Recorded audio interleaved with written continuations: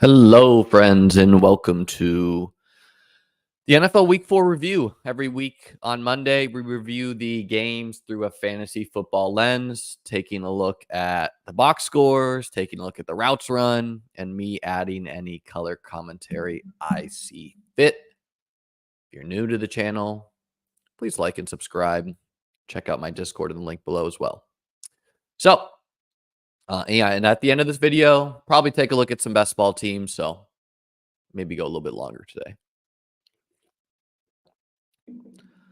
So the Falcons ended up beating the Saints here.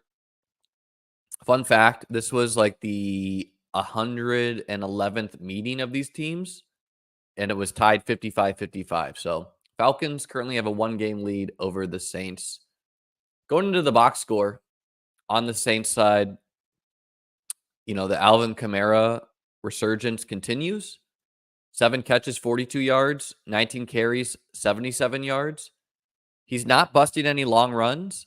Taysom Hill did steal 2 goal line touchdowns, which, I just think you're going to have to deal with Kamara. It remains to be seen what Kamara will be later in the season, but unquestionably a smash to date. Kendre Miller, he is eligible to return soon on IR, and I have to assume he would play more than Jamal Williams. Chris Olave hurt his hamstring on Friday. Didn't slow him down at all. Had a good game. 8 catches, 87 yards. And Rashid Shaheed, another 8 catches for 83 yards. Also chipped in 2 carries for 14 yards on the ground. So pretty good box score for the Saints' main pieces here. Derek Carr, not the best game. No touchdowns. On the Falcons side, Drake London leads the way with 6 catches for 64 yards. Ray McLeod and Darnell Mooney are your second top wide receivers. And then Algier played a lot over Bijan, jumping into the snaps here. Drake London, a whopping 12 targets. Pretty insane. This is courtesy of PFF. McLeod, Mooney, and London are the top route runners. Kyle Pitts is a disappointment. I mean, like Mark Andrews, I would say there is some possibility that his injury is still hampering him and he's going to get healthy, but it's been a full year at this point. And so, just kind of is what it is with Pitts. He's a boom bust guy. He's going to have some big games because of that, but the idea of him being tight end 1 or, like a smash seems far-fetched. Same thing with London. I understood the thesis of London going into the year, basically Falcons, Justin Jefferson, but I just wasn't swayed by it. Kirk Cousins, off the Achilles injury scared me a little bit. And then, London is a good player. He's just not anywhere close to a Jefferson. That being said, if you're going to see 12 targets, you're going to have some good days. Only 6 catches for 64 yards, but better days ahead there probably. Bijan, he popped up on the injury report this week with the shoulder, I believe. So don't know if this is a one-off as far as Algier playing as much as he did. More carries than Bijan. Similar routes run. Half the targets. So this would be a problem for Bijan in multiple ways. Number one, we just haven't really seen these huge games from Bijan consistently yet. We've not seen him break out a lot of explosive runs. We've not seen him consistently finish as like a top 5 fantasy running back week to week. So I'm not saying that can't happen. Is it going to be surprising to me if Bijan goes back to a full-time player and Algier goes close to 0? No. At the same time, Algier does what he does well. He's like a bowling ball, and, guys like that are going to steal some short, down and distance. And so, potentially problematic here for Bijan owners as well. On the Saints side, continues to really just be Olave and Shaheed show. 11 and 10 targets. Olave definitely somewhat of a disappointment to date in the sense that Shaheed is pretty much his equal at a cheaper cost. Olave is not anywhere close to dominating Shaheed in the box scores, in usage, or anything. Um, Saints continue to allow Foster Moreau to play a lot, but we see that in games they need to pass more, Juwan Johnson did operate as effectively the third wide receiver for the Saints. Mason Tipton, rookie, ran a lot of routes, didn't get any targets, one target. So, pretty much a stay away for Saints third wide receiver. Yeah, Taysom Hill, 15 snaps played, 4 routes run, 6 carries. So, barely playing, was injured. I still think he's going to steal some short yardage work. Tough start when you only get 15 snaps, but that's kind of the Taysom Hill experience. And then, Alvin Kamara dominating the workload, 27 routes, 9 targets, 19 carries. Absolutely absurd. Can he keep this up? Hard to say. He has no rushes of over 20 yards. So that's a problem usually for the future, but let's move on.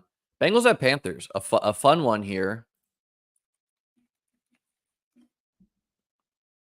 Pulling up the box score first.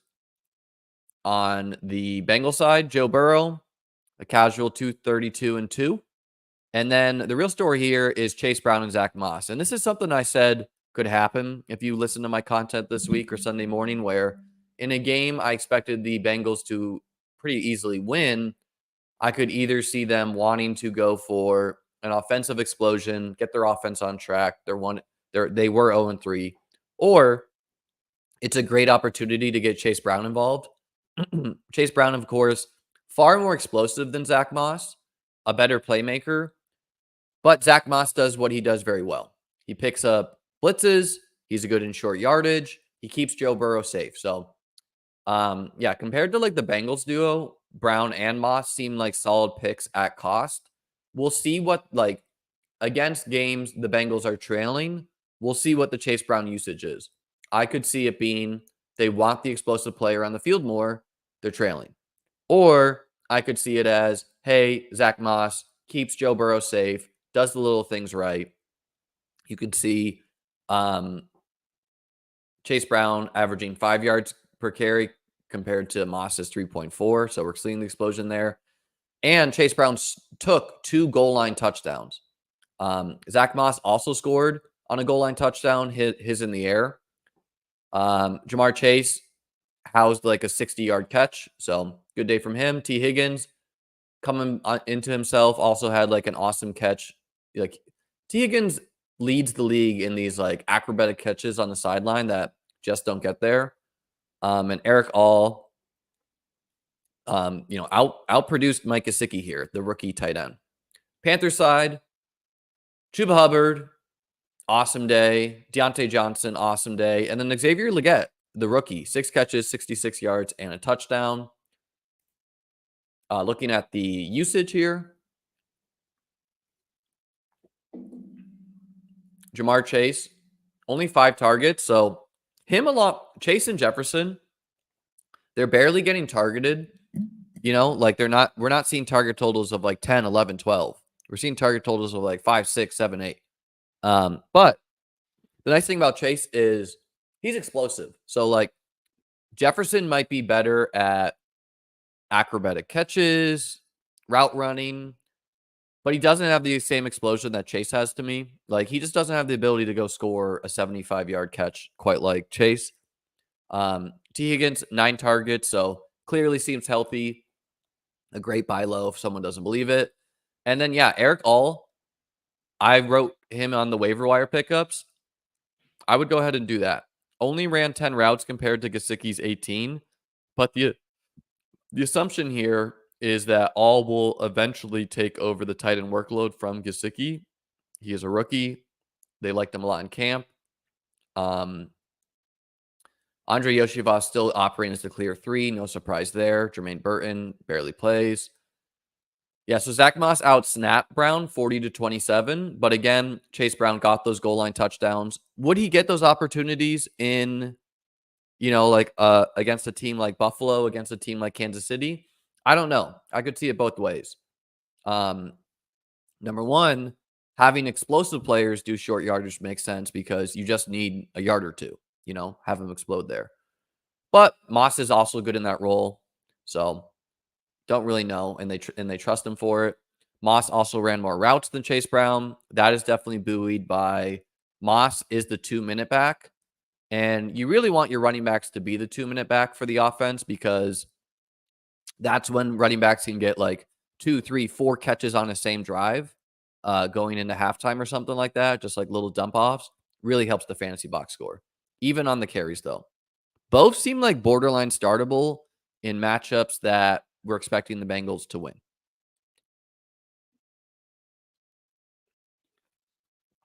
With no Adam Thielen, we saw the Xavier Legette breakout.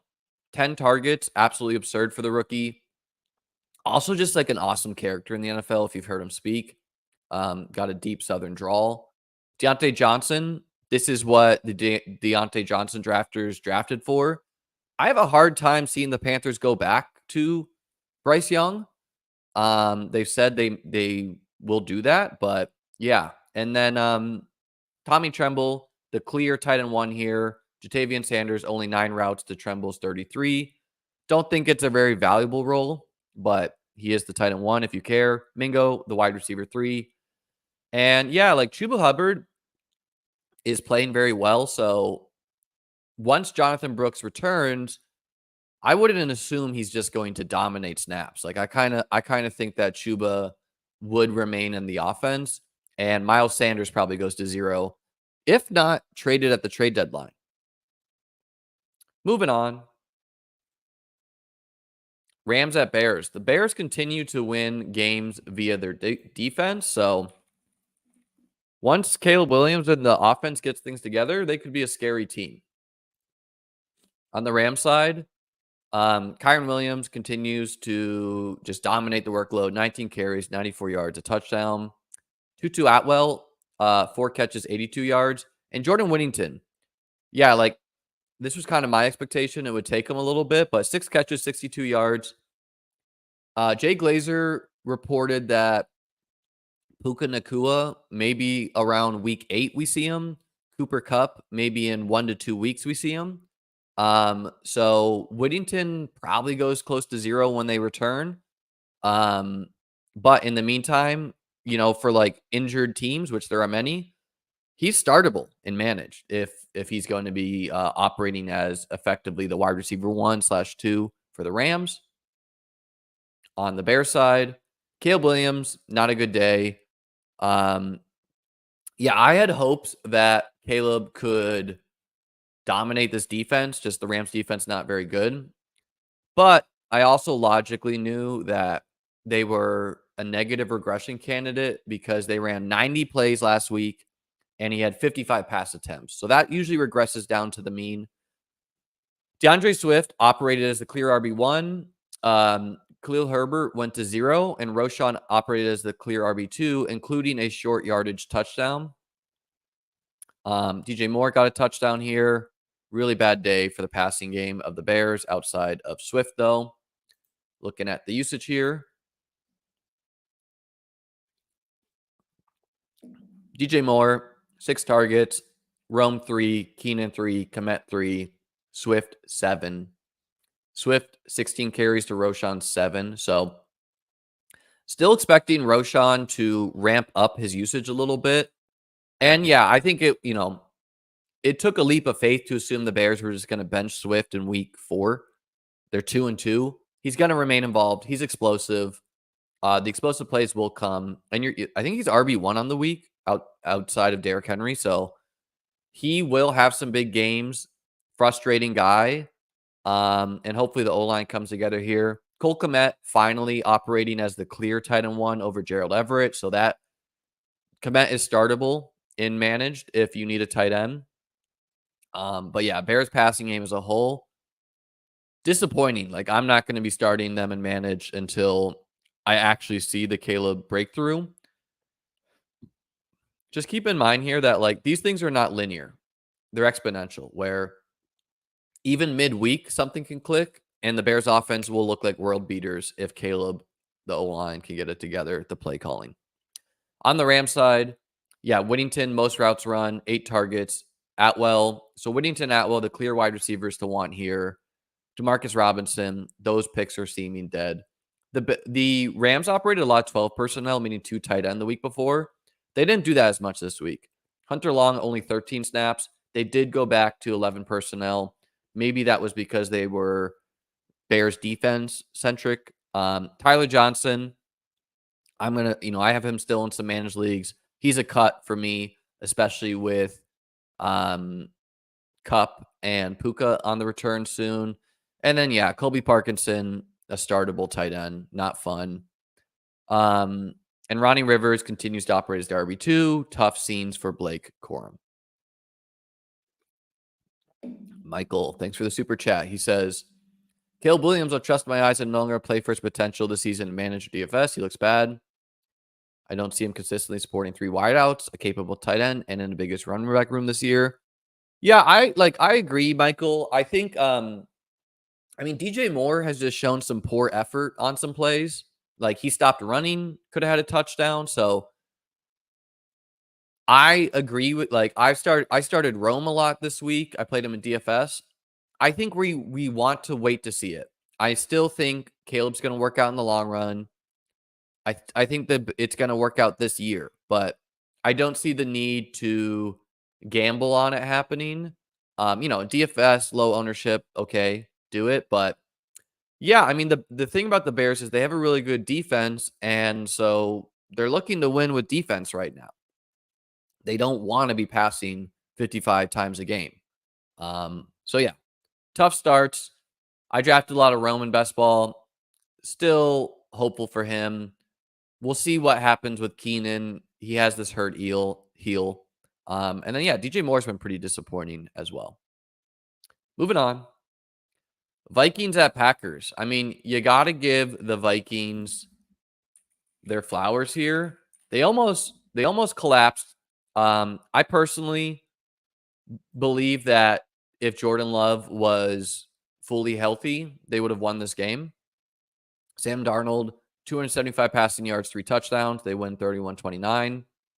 Aaron Jones, they let him operate as a workhorse against his old team. 22 carries, 93 yards, chipped in 4 catches for 46 yards. So they didn't get him a revenge touchdown, but encouraging for Jones owners. I'm expecting that to go closer to a split with Ty Chandler in future games. Save Aaron Jones for the playoffs. Jordan Addison, he was healthy and still very good at football. So Addison, I drafted a lot of Addison. Happy to see it. Probably just startable and managed, especially in games where you think the Vikings are going to have to pass a lot, because right now their defense is playing lights out as well. Jalen Naylor went to 0 with Addison back, and that makes sense. On the Packers side, Jordan Love, nearly 400 yards and 4 touchdowns. Yeah, I wrote a lot about this in the offseason, how the Packers, I didn't understand why people weren't as enthusiastic as the Packers as they were for a team like the Texans. Emmanuel Wilson continues to be a problem for Josh Jacobs. Maybe Marshawn Lloyd will too if he returns. Jaden Reed, grown-ass man, 7 catches, 140 yards, a touchdown. Christian Watson got rolled up on. I think they're saying it's a high ankle injury. Probably going to go on IR. Didn't fracture his leg, I think they said. So stinks. We get Jordan Love healthy. I drafted a lot of Watson, hoping he could have some big games with him. I think that would have occurred. Seems unlikely now. Really clears the one way for Dontavian Wicks to just operate as the clear 2/3. No longer will he be subbing out for Watson or Dobbs. So awesome for Wicks drafters. Chips in 2 touchdowns in this game. Tucker Kraft, huge day. Got the octopus touchdown and then 2-point conversion. So, and then, yeah, a lot of guys targeted on this Packers team. So I think Reed, Wicks, Kraft, they're all borderline startable. Romeo Dobbs remains a meh player. And then, yeah, just unfortunate for Watson. Looking at the usage,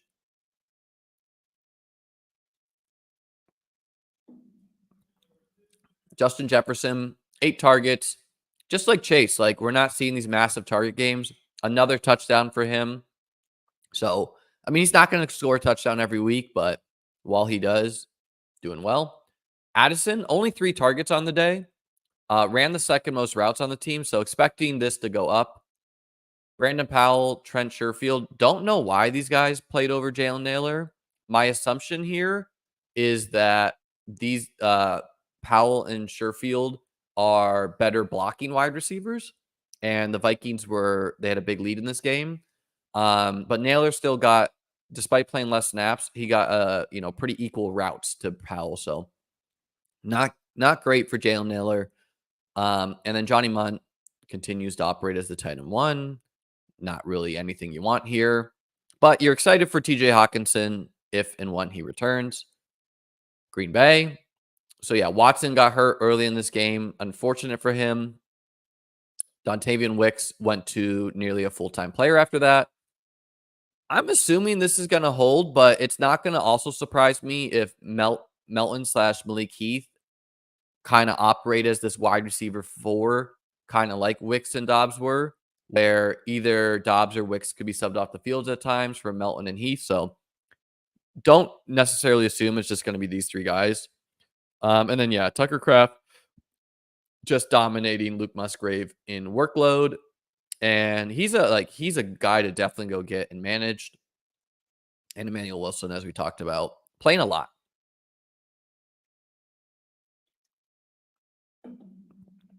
Moving on. Texans at Jags.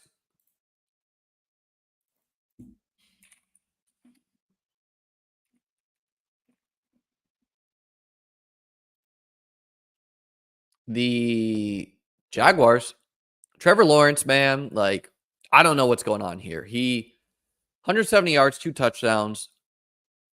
The Jaguars are now 0-4. Christian Kirk had an awesome day, and then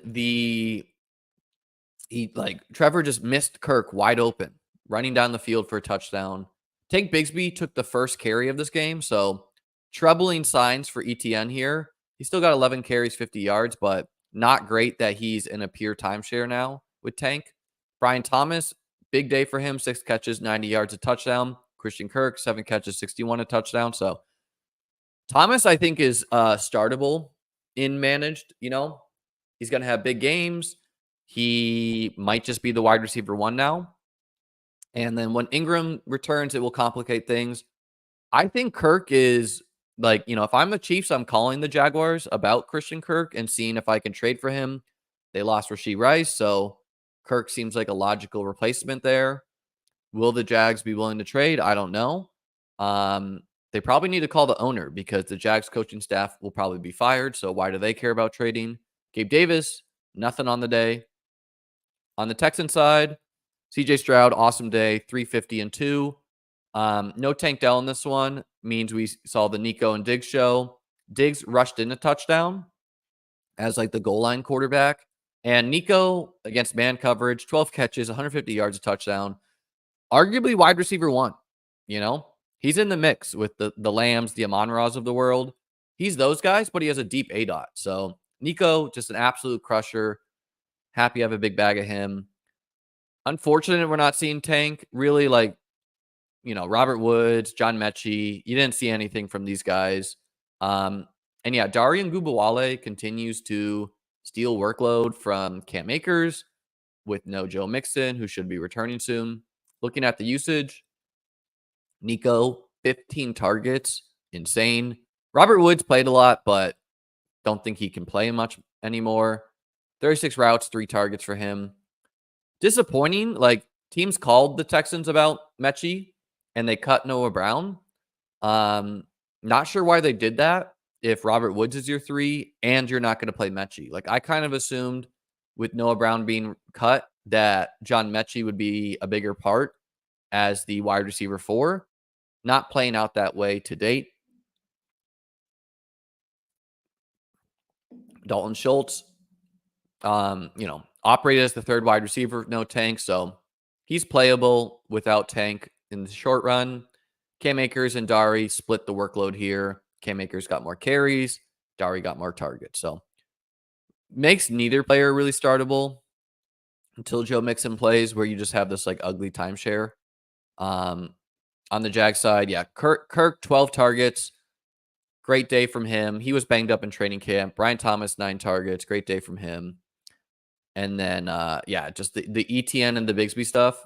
11 carries for ETN, 7 carries for Tank, 14 routes for ETN, 5 routes for Tank. So ETN looking like a bust at cost. I was kind of excited about him. Didn't think Tank would be playing this much, but he is. ETN still involved in the passing game, but just tough when you're in a bit of a timeshare here. Brenton Strange continues to be the tight end 1 until Evan Ingram returns.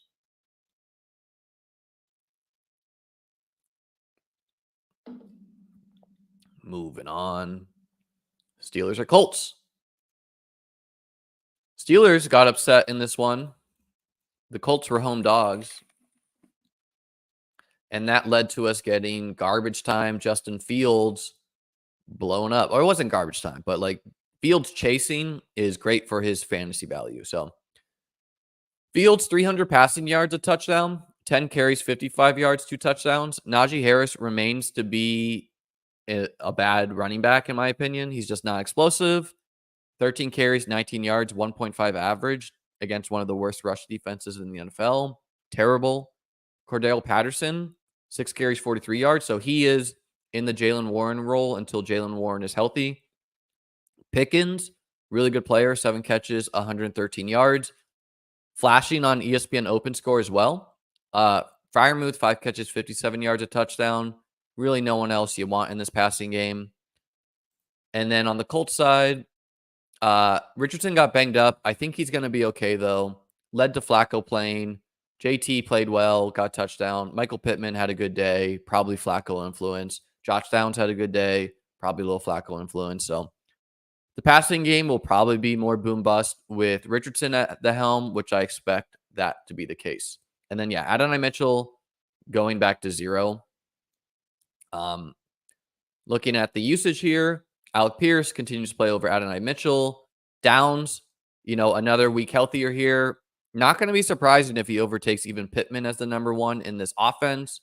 He's a great guy to stash and see what happens here. JT, dominating touches, but Trey Sermon did play more. None of the tight ends are playable. Van Jefferson and Calvin Austin continue to operate as the 2 and 3. Roman Wilson was inactive again. Michael Tomlin said last week it's hard to jump on a moving train.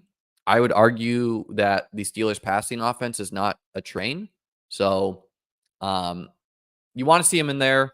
And then, yeah, like I drafted Fields in best ball and not Russell, but I think Fields could be benched. They didn't play well this game. They didn't look good. So, yeah, they came back. I personally don't think Russell's very good anymore, but I wouldn't assume it's a lock that Fields will remain the starter.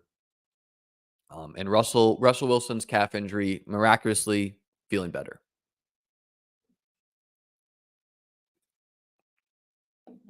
JT did get injured. That's right. He got a high ankle sprain, but they said it's not a serious one. So we'll see on that one.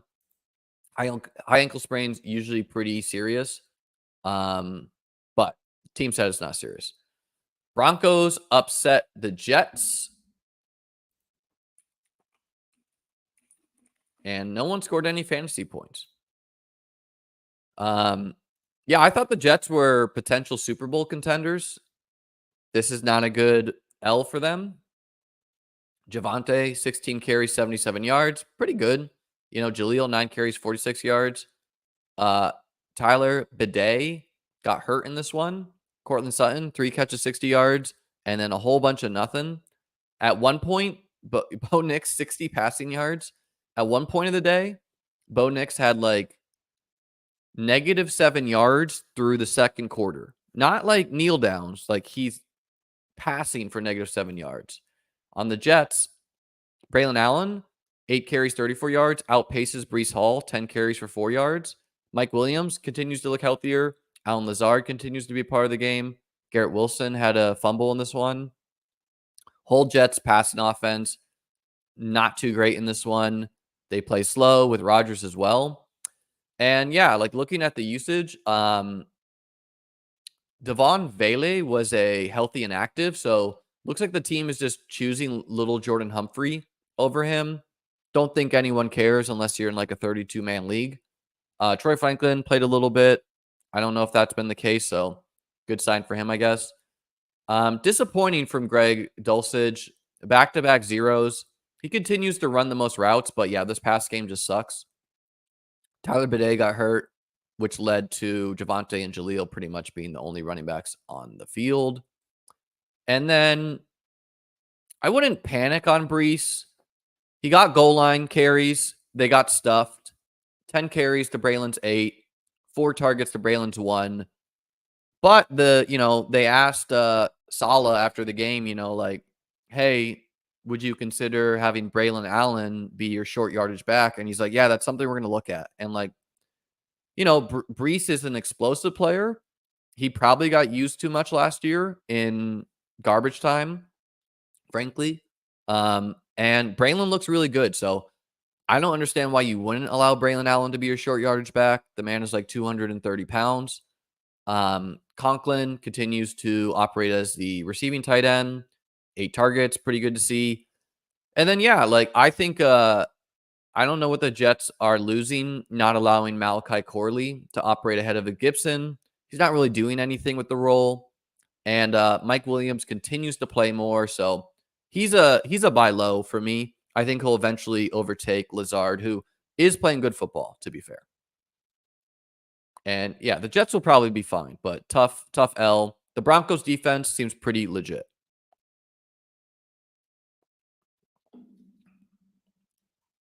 Bucks at Eagles. Can I discuss tonight's slate later? Yeah, we'll talk about that briefly.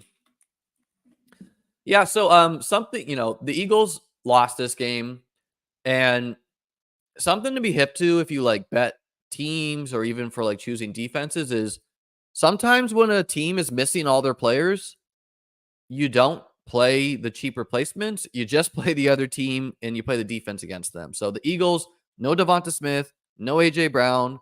Instead of fooling around with the Paris Campbells of the world, maybe you just fire up the Bucks D, you play the Bucks side of the ball, and you think that the Eagles are going to struggle without their stars, which they did. On the Eagles side, bad day for Hurts. Borderline, like Hurts has been okay. He got a touchdown in this game, but borderline busty as a 4th round quarterback. Just not really like, not really what we drafted him for. Hasn't had any huge games. Yeah, they'll probably come, but Saquon remains involved here. He should have had a touchdown to open the game. Hurts missed them on a route down the field. Goddard continues to operate as the number 1 passing game target, 7 catches, 62 yards. So he's a locked-in starter. Eagles are on bye, though, so they're going to get A.J. Brown next week and probably Devonta Smith. So they're probably happy to be 2-2. Now they get their stars back. They get the bye. The bye's coming at a good time for them. Passing game other than Goddard, yeah, rough group here. Campbell, 4 catches. John Dotson continues to suck. Johnny Wilson, nothing. On the Bucs side, yeah, I forgot to mention Trey Palmer in the DFS show when, but I knew he was at 3K, so he was playable with no Jalen McMillan in this one, who aggravated, I think, a hamstring in practice. But not great for Trey Palmer that Sterling Shepard was also involved. So going to be a fight there, it seems, for who is the wide receiver 4 behind McMillan.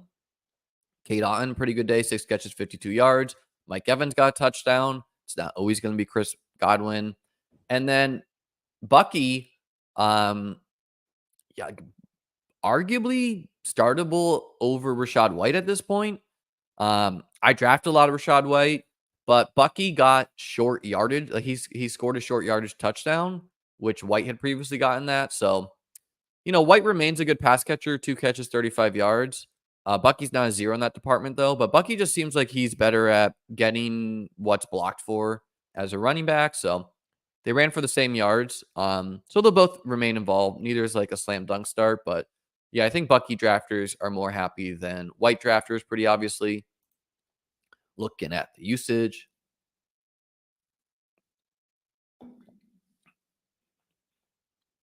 Chris Godwin, 9 targets. Mike Evans, 13 targets. Sterling Shepard, 33 routes to Trey Palmer's 9. So he is the clear wide receiver 4. We've seen Sterling Shepard be good before in the NFL. Suffered a lot of injuries. So think he goes back to 0 when McMillan is back, but something to keep an eye on here. And Cameron Johnson also operated ahead of Palmer. Palmer, only 9 routes, 3 targets, a touchdown. So I don't know why they didn't want to play him, but I guess he's kind of like a one-trick pony, deep burner. Cade Otton, 73 snaps, 43 routes, 8 targets. He's going to have some random games like this. And then, yeah, the Bucky versus White usage, 45 snaps for White, 32 for Bucky, 24 routes for White, 20 for Bucky, 3 targets for White, 2 for Bucky, 10 carries each. So in trailing games, we'll see what this is. I could see White playing more in trailing game scripts, but he is a good pass catching back.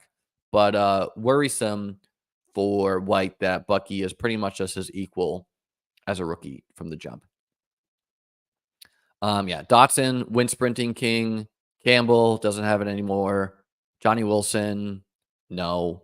John Ross was active, if you guys remember him. The Xavier Worthy before Xavier Worthy didn't do anything. Dallas Goedert, really the only guy here. And it's just kind of hard to win games when all defenses have to do is like guard Dallas Goedert, guard Saquon, guard Hurts runs, and that's it. And then, yeah, Will Shipley. I drafted a lot of Shipley really with the idea that if Saquon got hurt, he could get worked in there. But kind of Gainwell seems clearly ahead. So don't even know what would happen if Saquon went down. I'm assuming both of them would play, but it could just be the Gainwell show. Moving on. Commanders at Cardinals.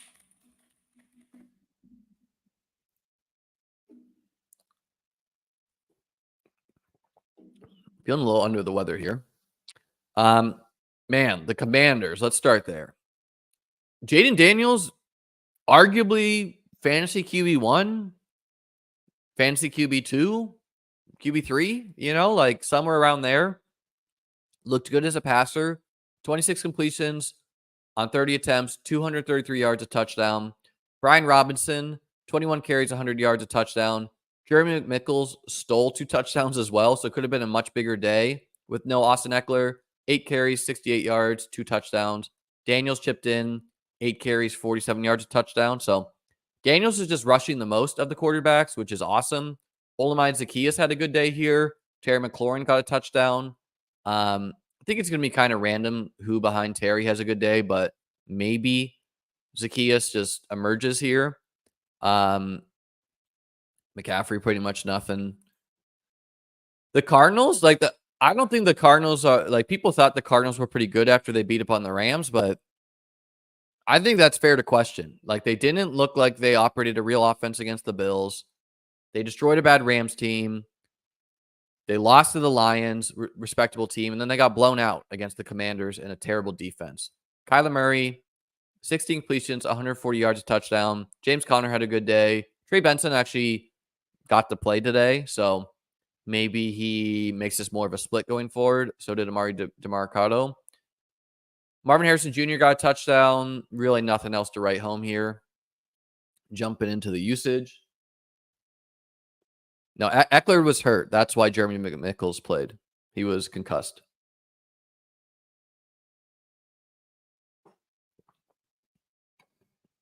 Terry McLaurin, the clear number 1 in the passing game. Expecting him to get more downfield looks as Cliff opens up the offense. Yeah, Olamide Zaccheaus didn't really play that much. Didn't really run that many routes. Just got targeted a lot. So something to monitor. Wouldn't be surprising if this is just a random game. Also wouldn't be surprising if he starts to play more over McCaffrey or Noah Brown, who, despite running more routes, playing more snaps, barely got targeted compared to Zaccheaus. Ertz continues to be the tight end 1 here in the passing game. Sinnett continues to be a 0, so hopefully something changes there. And then, yeah, Jeremy McNichols played a lot. Also ran hot, 8 carries, scored 2 touchdowns. So Brian Robinson, big day. Could have been even bigger though. Drafted a lot of him, so happy to see it. On the Cardinals, yeah, Michael Wilson and Greg Dortch are probably just not very good. ESPN Open Score doesn't really like him either. And so the Cardinals with no Trey McBride, they're going to struggle. Trey Benson, 11 snaps. This was probably like in the blowout. They only let him get in there. And so James Conner probably going to be a workhorse in games they are ahead. Higgins was the tight end one without McBride, but just not very good. 3 targets. 49ers at the Patriots. Yeah, I didn't think this was a good matchup for Ayuk, so I would not be panicking if I'm an Ayuk owner. On the Patriots side, Ramondre fumbled again.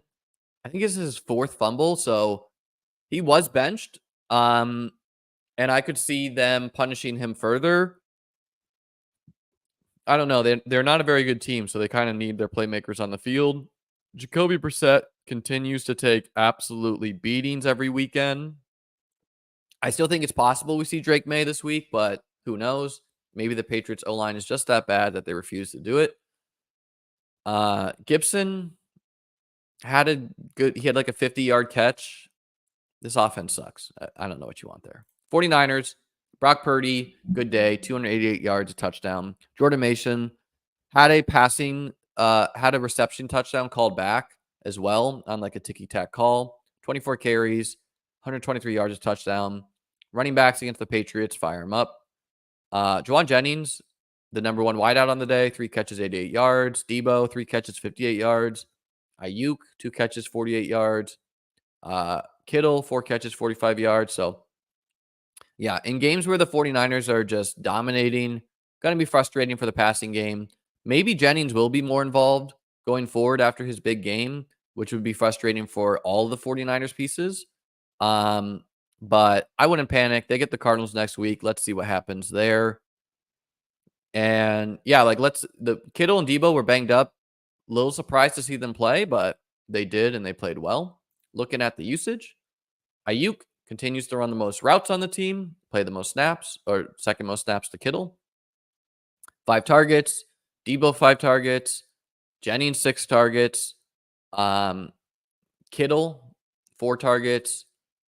And then Mason is dominating the workload at running back. Patriots, Polk, 7 targets. Okay, encouraging. This offense is terrible, man. We got to see Drake May. We got to see Drake May out there.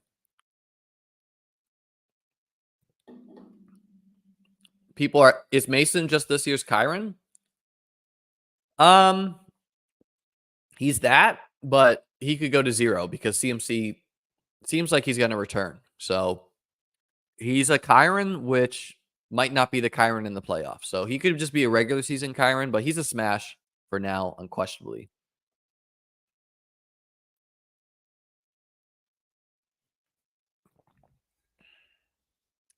Moving, yeah, and guys, I wouldn't panic about Ayuk. Like, this is the nature of the 49ers offense. They're a little bit better in best ball. I was hoping he could emerge.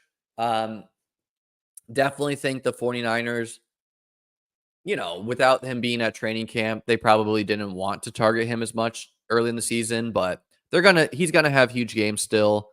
It'll be fine in best ball, and he's healthy. There's still a few healthy, talented players out there, so still think Ayuk will work out. Clearly hasn't, though, to date. Chiefs at the Chargers. Lot to talk about here.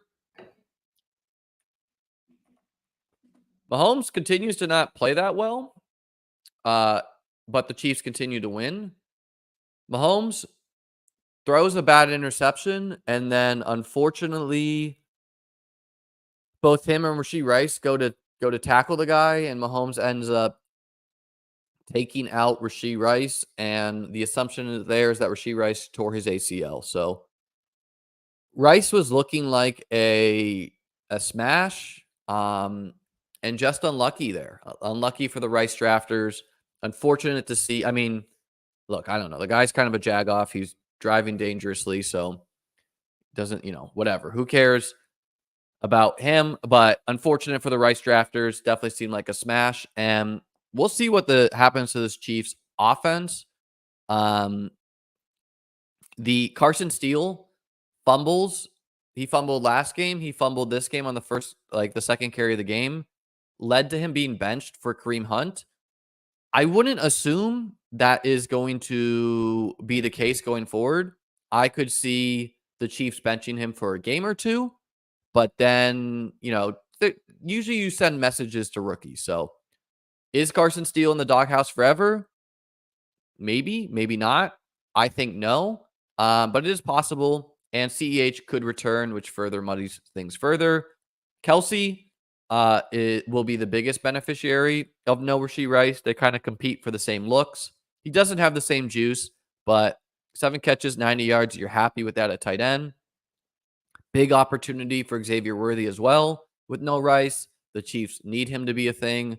Catches a long bomb touchdown in this one. Noah Gray playing. Pirine, 5 catches, 14 yards, and didn't chip in anything in the receiving game. On the Chargers, Herbert, it was a question if he was going to play. J.K. Dobbins continues to be inefficient but dominate the workload. I'm willing to forgive him for that against the Chiefs in a tough matchup, but a little bit worrying to see.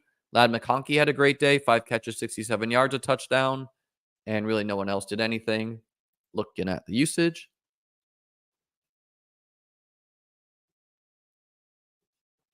So yeah, I'm not going to drop Carson Steele and manage, but defensible to think about.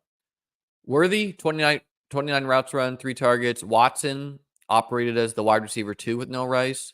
25 routes, 3 targets. He's a wind sprinter. Juju, he's kind of dusty. So yeah, the assumption here is the Chiefs will try to trade for someone. Rarely do these materialize, but Christian Kirk, Amari Cooper, Devontae Adams. These 3 guys could be available. Even the Raiders, I think, would trade with the Chiefs if they gave them the best offer. Carson Steele, yeah, didn't play after the fumble, so was the Hunt and Pirine show. Hunt, a good pickup. Chargers, not a lot to talk about here. Gus Edwards, arguably cuttable. I got some Gus Edwards. I drafted a lot. It's not working. It's not looking great for him. He had offseason surgery, and I don't know what it is, but maybe that was more serious. And then, yeah, good usage for Dobbins, but fair to question what he is. And I thought it was encouraging for the Chargers' playoff hopes that they played the Chiefs tight in this one. Browns at Raiders. I'm struggling. I'm starting to feel sick.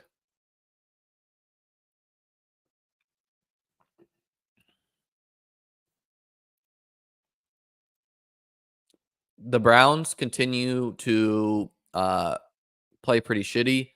Watson did have a ticky-tack touchdown called back in this one, and Amari Cooper did Watson no favors where Watson hits him in the chest. Amari Cooper volleyball sets it to the defense, and the defense intercepted it. There was some worry about Jerome Ford after week 2 where Foreman played a lot, but he continues to dominate the workload here. 10 carries, 58 yards, chipped in 7 catches for 27 yards. So a big game or 2 should come with his explosion, but just getting a lot of dinky dunk usage. Jerry Jeudy continues to look like a solid pick at his cost. 6 catches, 72 yards. And then, yeah, Amari Cooper could be traded. The Browns might blow this up. Bench Watson, trade Cooper, maybe even trade Jeudy, trade Nick Chubb. I don't know. On the Raiders side, Minshew, 130 passing yards. Zamir White, 17 carries, 50 yards. He's looking like one of the bigger busts. Madison, 5 carries, 60 yards. Man, he looked terrible the past 2 years, so clearly some resurgence here. With no Devontae Adams, Myers and Trey Tucker paced the passing game, and I think Bauer's owners should be a little bit disappointed. 2 catches, 21 yards with no Devontae Adams.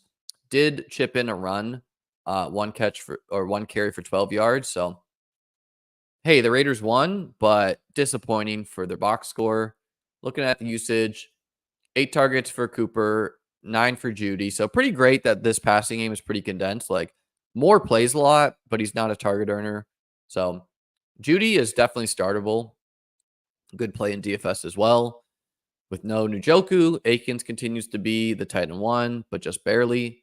And then, yeah, Ford dominated the workload here. 10 carries to Foreman's 4, 27 routes to Foreman's 5. Foreman did get like a short yardage opportunity by the goal line, so that's not great for Ford.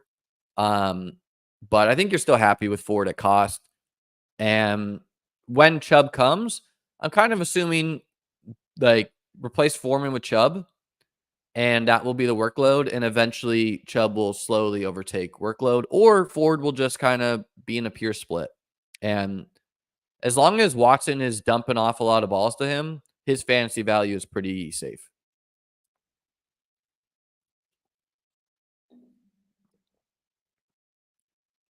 On the Raiders, Trey Tucker continues to draw targets. Myers will be a solid pick with if Adams gets traded, which the rumor is that he might. And then, yeah, tough day for Zamir White. Tough season. Moving on, boring game. The Ravens beat up on my Bills.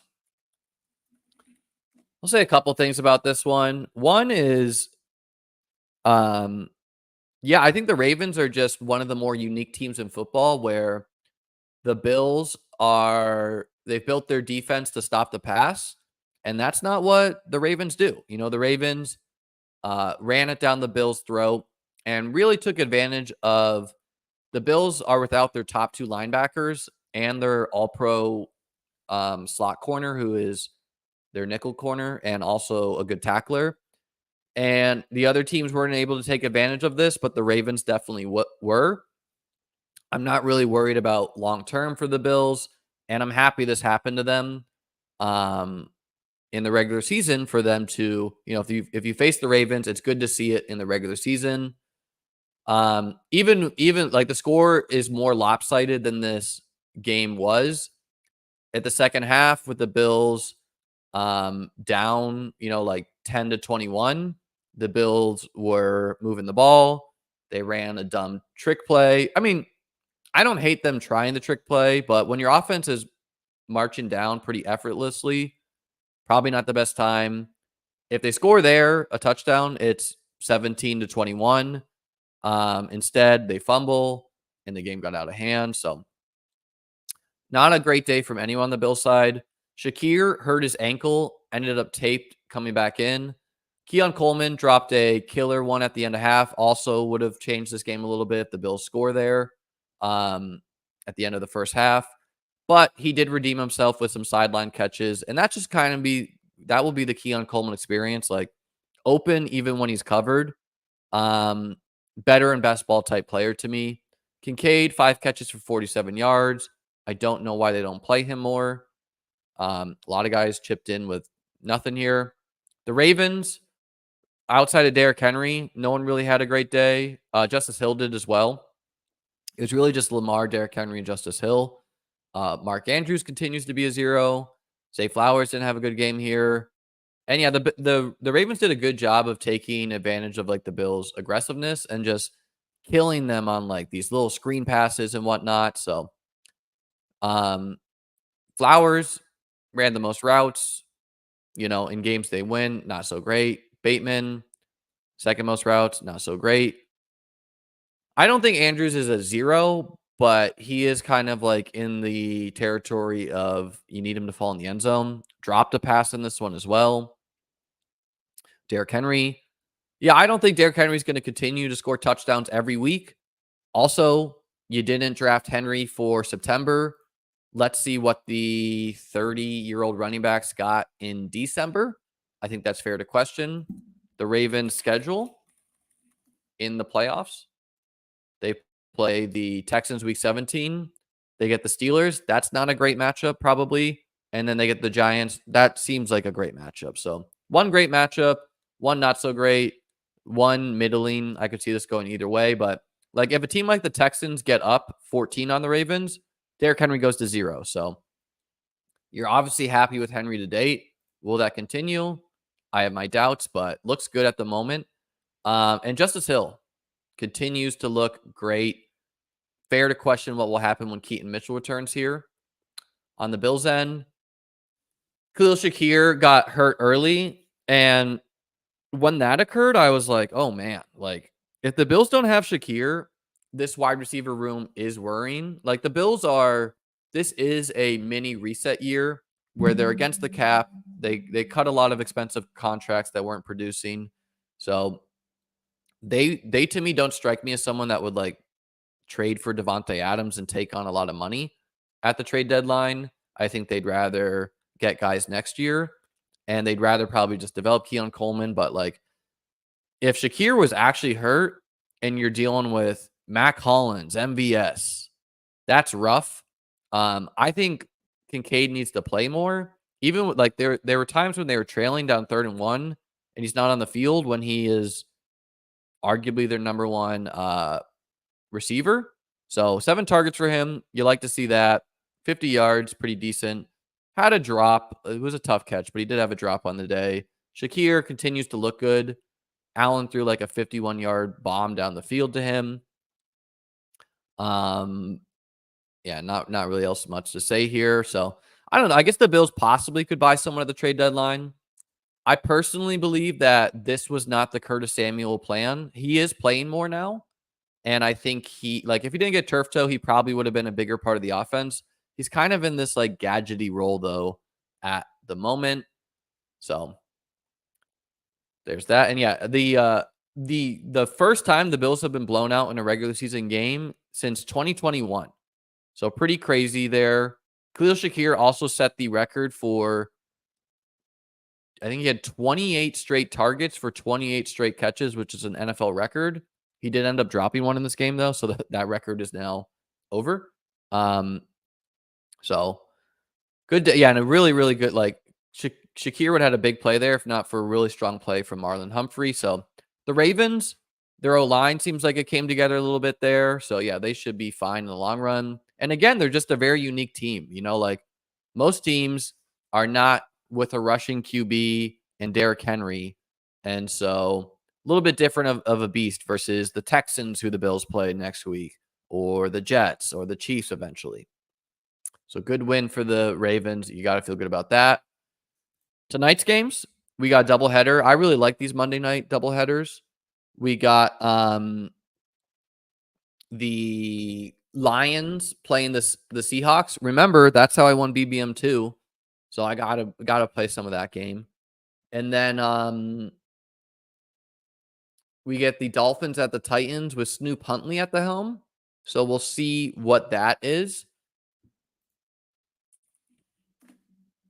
Feeling a little under the weather, so don't know how much longer I'm gonna go, but just to show, like, you know, on the overreacting, I think it was a pretty good week for my best ball bags. Only showing 16 teams right now, but that was at like 12 for me. I think I was at like 6 the week before. So with guys like Alvin Kamara still being roughly 50% advance rate guys, like this is still going to fall 52% for him. Saquon is still around 40%. This is going to fall as well. And yeah, like as other guys score fantasy points, Jamar Chase, etc., advance rates are going to change. So don't panic about your advance rates. Don't think it's going to hold if you're advancing a lot either. It could, of course, but yeah, pretty good week for my bags with, well, good and bad actually, because I lost Christian Watson. So that is going to be tough. I got a lot of him. Ford, feel fine about that. Kincaid, I think all the elite tight ends, other than maybe George Kittle, are going to struggle to return cost. Maybe Kelsey with no Rice. Ray Davis, seeming like a pure contingent thing to date. Shakir, feel good there. Coleman, yeah, he'll have weeks. Ferguson, feel good about that one. Moss, feel pretty good about. McCaffrey, he's not a zero. He was cheap, whatever. Ayuk, he's going to have some big games. That will change my advance rates when he does. Shipley, cheap, 0 right now. Rome, yeah, I don't know. I feel good about it long term, but not working right now. Did have one big week. Braylon Allen, you feel good about that. Jalen Wright remains to be determined. Mostert might play tonight, so Wright could go to 0. Flowers, yeah, in games the Ravens lead, no one's getting there from the passing game, but he is the number one of the Ravens, so if all Flowers is, like, if Flowers puts up 40 points against the Texans, you're going to be happy you had him. Chase, that's probably lifting my advance rates, him scoring back-to-back weeks. Rico scored a touchdown. That's good. James Cook, probably still the best bill to have. Christian Kirk scored a touchdown. That's good for the bags. And maybe outs there. Watson, that one hurts. Leaving a light on him to return. Oh, people are saying Mostert's out. Purdy. Yeah, like I started really into Purdy, and then I started drafting more Caleb. Arguably, wish you stayed with Purdy there. Curtis Samuel, not so good. Corley, not so good. Demarcus Robinson seems dead. Lloyd is on IR. Benson, looking like a near 0. McBride is hurt. Let me let my cat out.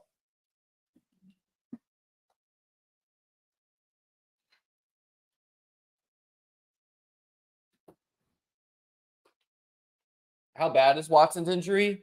I read that he's going to go on IR. I read that it wasn't a fracture, but it is a bad injury. So, yeah, like the Wicks drafters are just going to think that, like, oh, this was always going to happen. Wicks is just going to, score all these points. And maybe that's true. Maybe it's not. I personally think Watson was going to have a lot of big games with Love at quarterback, and just sucks that we don't even get to see it. Like, you get Jordan Love back, then Watson gets hurt to start the game.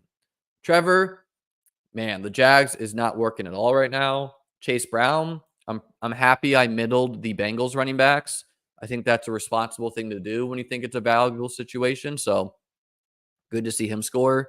Rico, by the way, I would say Rico's a sell high if you can, because even though he looks good, they're just playing their effing fullback too much. So you didn't really have any idea that a third guy was going to come out of nowhere. Like Dalvin Cook, not worried about him.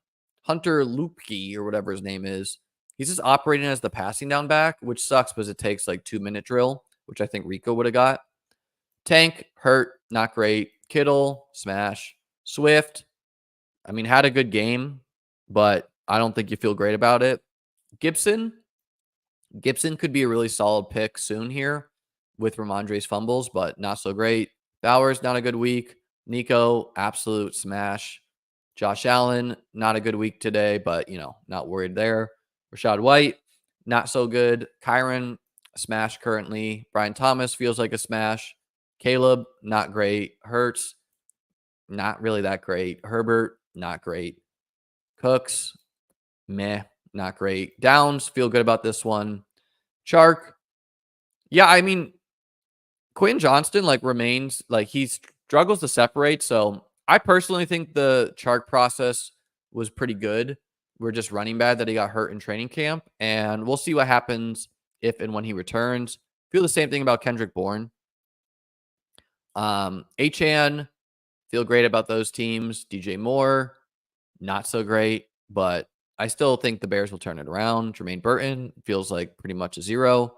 Puka Nakua, just need him to get healthy. Drake May, need him to play.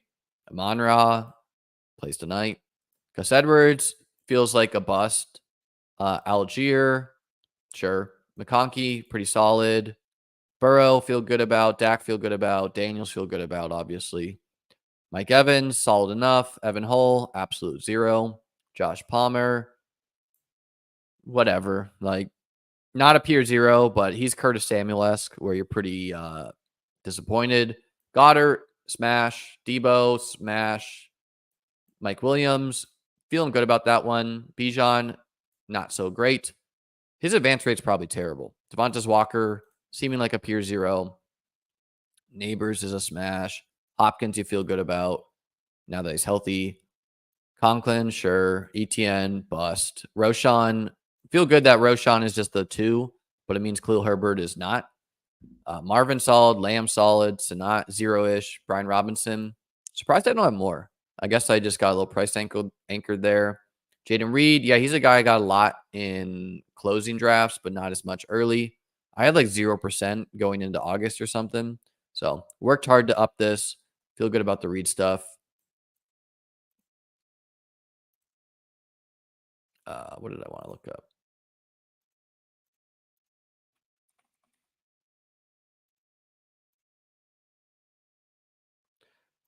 I got some solid teams and drafters. Yeah, I think Allen would have had a better day if they didn't run that trick play. Coleman catches that bomb he dropped to him. Shakir scores a touchdown instead of getting tackled at the 1 yard line for Ty Johnson to take it. Just narrow misses. This is total points. Got two teams in the top 400 here, about 60 points back with room to improve. So this team's fun. Daniels, Fields, and Jones, just 3 rushing QBs. Kyron, ETN, Cook, Kamara. ETN not so hot. Keaton Mitchell for the return. AJ Brown, Nico, Ladd, Addison, Lockett, Downs, Douglas, and then Roman and Hyatt feel 0-esque. Freiermuth, Taysom, Kmet. This team is Purdy, Rogers, Levis. Levis plays tonight. Saquon, Henry, Kamara, pretty nutted right now. Mostert, not playing. Braylon Allen, a solid pick. Abanikanda, clearly this team was early. Chase, Neighbors, Cooper, Hopkins versus 7.5 points. I don't know why it's showing Ricky Pearsall scored fantasy points on drafters because I don't think he did. I don't think he played. Adam Thielen out, Chark maybe. So it feels a little thin at wide receiver still here, even with Chase and Neighbors. And then Goddard, Komet, Conklin. So maybe some things cooking there. To be honest, guys, I was going to go a little bit longer, but I'm feeling a little under the weather here. So I think I'm going to call it there. Make sure to like and subscribe. I'll be back tomorrow and on Wednesday with Davis. Probably just do like a best ball bag review tomorrow. Best ball roundtable, if you would. Just kind of talking all things best ball, talking about the season to date, my teams, etc. Hoping I feel better by then. Let's have a great Monday night slate. Thanks for watching. Please make sure to like and subscribe and have a great day.